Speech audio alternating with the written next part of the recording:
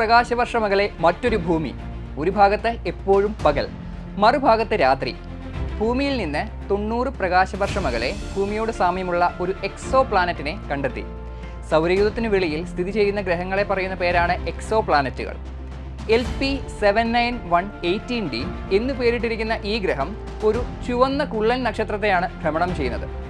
Tidal locking എന്ന പ്രതിഭാസം ഈ ഗ്രഹവും നക്ഷത്രവും തമ്മിലുണ്ട്. നമ്മുടെ ഭൂമിയും ചന്ദ്രനും തമ്മിലും ഇതേ പ്രതിഭാസം നിലനിൽക്കുന്നു.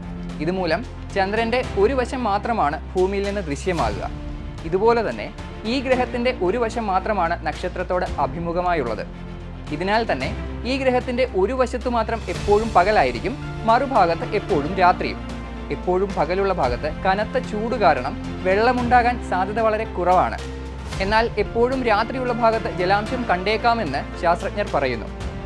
LP7918d എന്ന് പേരിട്ടിരിക്കുന്ന ഈ ഗ്രഹത്തിന് ജുപ്പിറ്ററിൻ്റെ ഉപഗ്രഹമായ അയോ പോലെ തന്നെ അഗ്നിപർവ്വത സ്ഫോടനങ്ങൾക്ക് സാധ്യതയുണ്ടെന്ന് നാസ പറഞ്ഞു.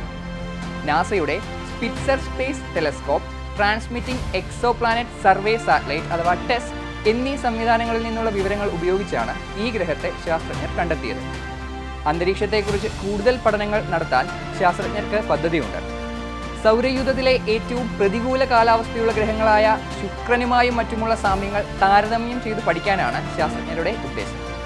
എൻട്രൻസ് സംബന്ധമായ വാർത്തകളും അപ്ഡേഷനുകളും ഏറ്റവും വേഗം ആധികാരികമായി അറിയാൻ ബ്രില്യൻറ്റ് സ്റ്റഡി സെന്റർ പാല യൂട്യൂബ് ചാനൽ സബ്സ്ക്രൈബ് ചെയ്യുക, ബെൽ ഐക്കൺ അമർത്തുക. ഈ വീഡിയോ മറ്റ് സുഹൃത്തുക്കളിലേക്കും ഷെയർ ചെയ്ത് നൽകുക.